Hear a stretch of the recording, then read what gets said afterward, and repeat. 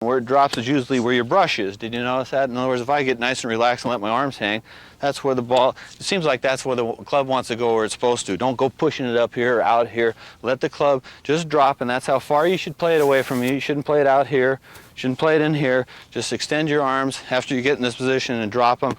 That's where you should be. I said weight is 50-50, knees nice and flexed, a lot like you're going to jump. It's that same position, rear end out, and just move down into it so that you can reach the ground right there in your nice position, head up, okay? As far as first takeaway, you want to obviously have the face square to the target, by the way. You don't want it open or closed.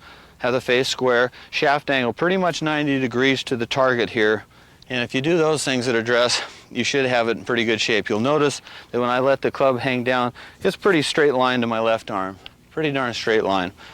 As far as the takeaway, there's a lot of ways to take it away, but I try to almost take away with the hip, shoulder, and the arm and the hand all in one motion, just sort of push away. I don't go hands and leave the body alone. To me, that takes away from the rhythm of the action. I try to let even my knee and hip, shoulder, arm, and hand all just sort of push away and turn nice and level.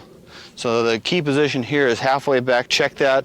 Make sure that that club's extended sort of nice. If you want to add a little wrist like I do early, that's fine. And then that's your one key position. Check that. You'll notice your knee now has gone from here to here because you've loaded onto the right side. On the top, your wrist is the same position as you were at address, except for you've added a little bit of this. So watch me at the top of the backswing. I get right here, and now I've added this much wrist action to the ball. You see about a foot of wrist action right there. So you do add about a foot of wrist action here, and now coming down is pretty darn key. You notice my knee's over my right foot here. I'm coiled good. I've got my left shoulder behind the ball. My right side is tucked that way, pretty good. Got in here. You don't want to leave your right side in front of you. You're dead if you do that. You want that right side to go that way. Hip, shoulder, get deep here.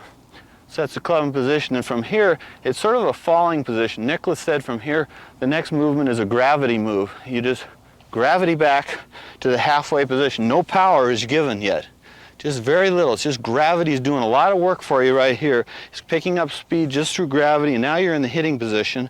You still have the 90 degrees here. You're in good position now. You haven't used a lot of body action yet, and now you're ready for that, what I call sort of a karate move, where in karate it's sort of a move, boom, and that's what happens in golf.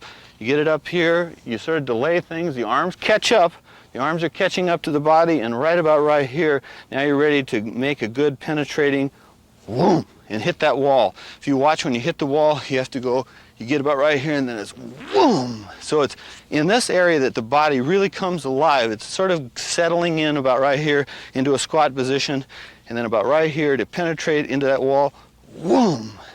And that's where you want it. And you'll notice that the elbow's in, on impact, the elbow is right against that right hip. The knee is driven in, this knee's solid, and you've penetrated there. Nice straight left arm here. Face is square if you want to hit it straight. And then what you want to do here is figure out a way to penetrate through the ball. Penetrate, watch, this is a good little drill here to just do that. Penetrate through there, and as soon as you get past your left leg, there's a key position here, square. Keep the face square a long time. Not a lot of timing involved. I don't believe in this stuff right here at impact. In other words, when it comes down, it squares up, it stays square for about that long, and then it releases and you cross over, and halfway through if you want, you can see your arms are crossed over, the left wrist is still solid, right there, hip high, and then from here right to a nice high follow through with that same good follow through. The right shoulder should be now about over the left foot. If you're seeing your right shoulder here, you're going to have weight here, back here.